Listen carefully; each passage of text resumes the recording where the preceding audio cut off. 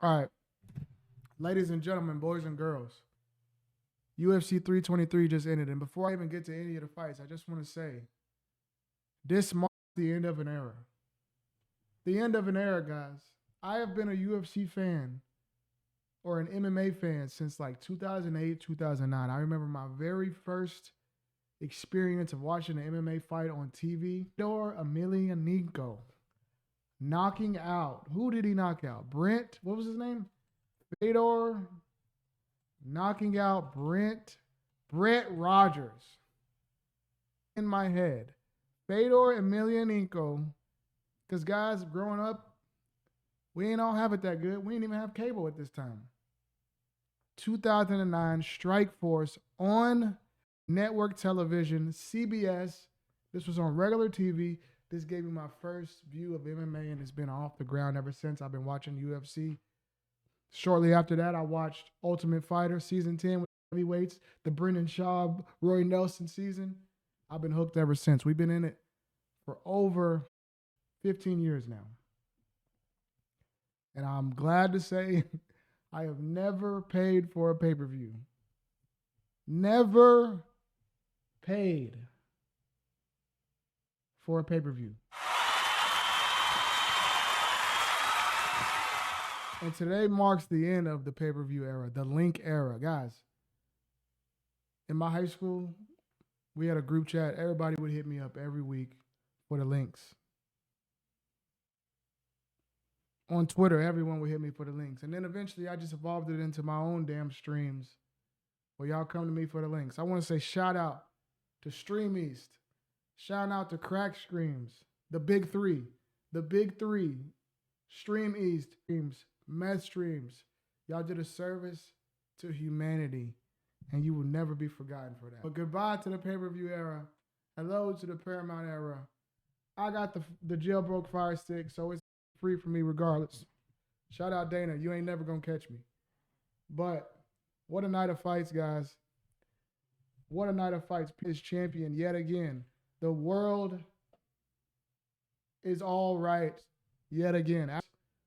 Got spun all out of control after that illegal knee. What could have been a dominant reign after all these years was thrown off, and he was never the same. He was thrown off. People were looking at him as the next GOAT. Y'all remember the narratives about Jan when he was the champion. I remember the way they were talking about Jan when he first became champion, when he was on that run, and it all got deterred. He looked like that Jan again. He looked like that guy that we prospected about back then. And if he can maintain this, he's in his 30s. If he can maintain this, I am so excited to what we can see for Peter Yan. Absolute domination. I thought it could have been 50-45. Slammed him on his head. Took him down multiple times.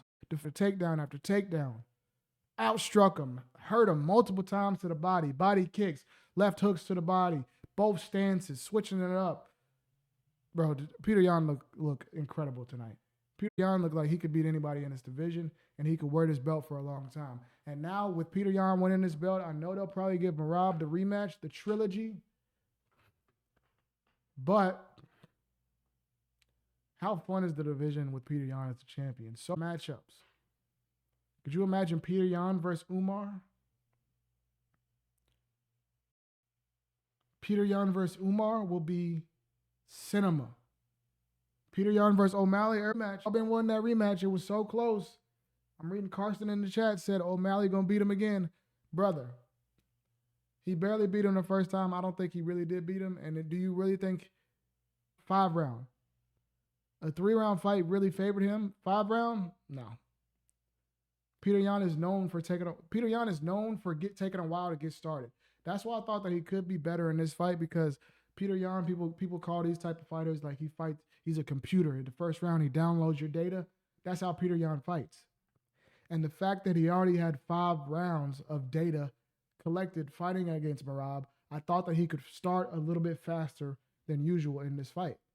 And that was exactly what he was able to do. He was able to impose his will in the striking, in the grappling, in the clinch. He was on point everywhere. He was on. Oh my God, Gilbert Melendez just came on screen. Man, respectfully.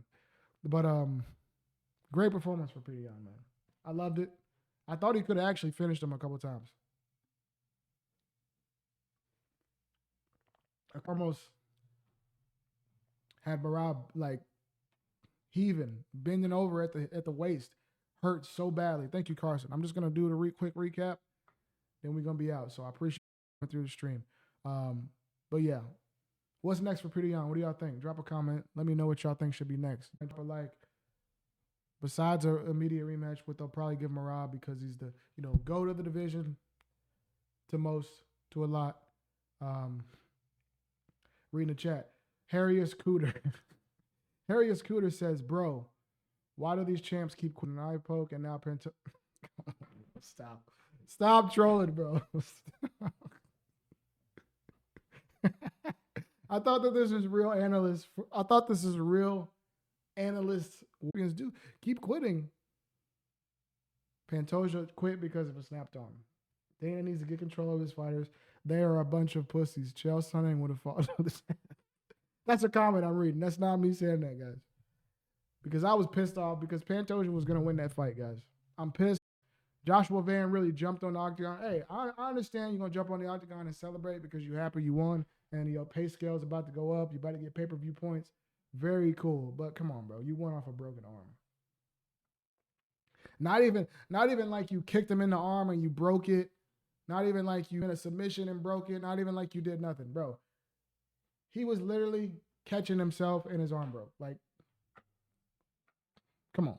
You can't really be too happy about that. You can't really flex that. But it really does suck. It really does suck for Pantoja. Oh, yeah, you're right. Pay-per-view points are over for the champions to make it worth it. But, yeah, Pantoja is now 35 years old. Looks like he's got a... They said something in the post-fight interview, breakdown, where Joe Rogan and them are talking at the desk, and they threw it to Megan O'Leary, and she said that they thought on initial check that it was a separated shoulder. That's it? That is not at all what it looked like. If it is, that's great news because he could probably be back in the next year or so. If it's a broken arm, if it's a separated... I don't know. I'm not a doctor, but if it's like a broken elbow or something like that, I was thinking his career could be over. At 35 years old, you have to recover from a serious arm break that puts you out for probably, 9 months to a year of training, and then recovery and getting back in the octagon where you're actually fully ready would probably be your 37. You'd probably be 37 years old. That might be the end. And that sucks. If that ended up being, the end of his dominant reign and Joshua Van just becomes the champion now.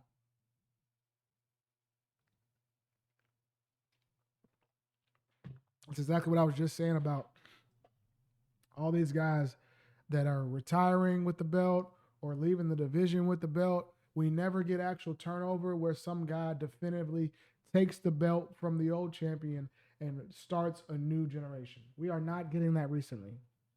What happened at heavyweight? John Jones just gives up the belt. Aspinall keep people belts.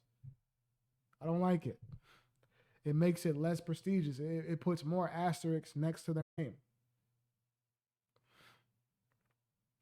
Damn near a good amount of divisions right now, guys became champions off of somebody retiring or somebody moving up.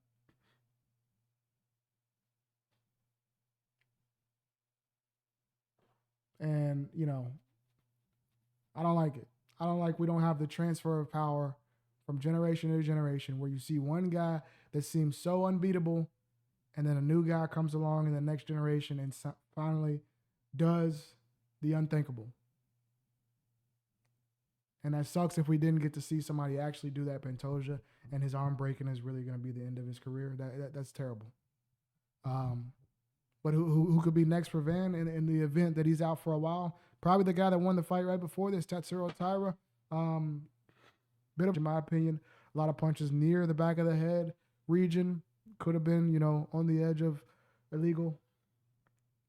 And like I was saying earlier in the stream, I really don't understand why strikes on the ground that are insignificant are counted as so effective.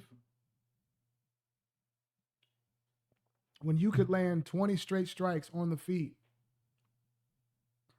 And if the guy doesn't look hurt, you're never going to jump in and stop the fight. Because the shit he was landing is almost accumulative to like a standing jab. Like he's not really landing damage. Moreno doesn't really look hurt. But just the fact that they're on the ground and unanswered strikes are being landed, they stop the fight.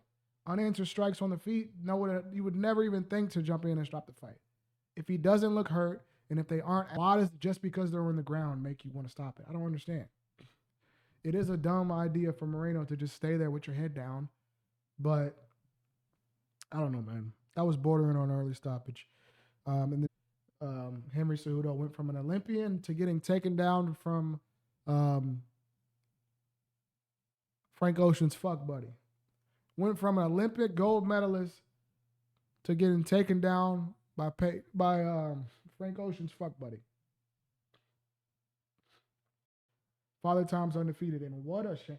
What? Maybe the worst decision in UFC history is him coming back after retirement, after his first retirement. I don't think he won a fight.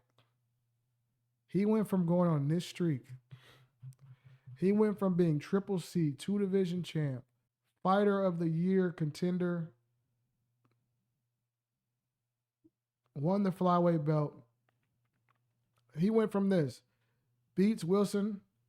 wins by TKO at UFC 215, beats Sergio Pettis at UFC 218. This is where it really gets cooking. Beats Demetrius Johnson to win the flyweight championship. Defends the flyweight championship over Dillashaw. Moves up to bantamweight, wins the bantamweight belt, defends the bantamweight belt by finish. 3 finishes in a row, becomes a double champion, defends both of them. Amazing end to the career. In the GOAT discussion. Triple C, maybe the greatest combat athlete of all time, to win a gold medal and do this. Incredible. And then you come back and you lose 4 straight. You lose 4 straight. None of them were even close. Aljamain Sterling fight is on paper a split decision. I thought Aljamain won that clearly. Unanimous decision, domination by Merab. Get a technical decision. You know, you got eye poke to get Song Yadong. People said you quit. How bad. And then you get styled on by Peyton Talbot. What a shit decision of him to come back. Wow. That is really bad how that looks. Look at this. Look how this looks. He went from having this as the end of his career, ending your career on a 1, 2, 3, 4, 5, 6 fight win streak with only 2 losses, to only Demetrius Johnson and Benavidez. Your only 2 losses, one by split decision, one by TKO, and you avenged the DJ fight. You beat the GOAT. You avenged one of your only losses. You could have ended it right here.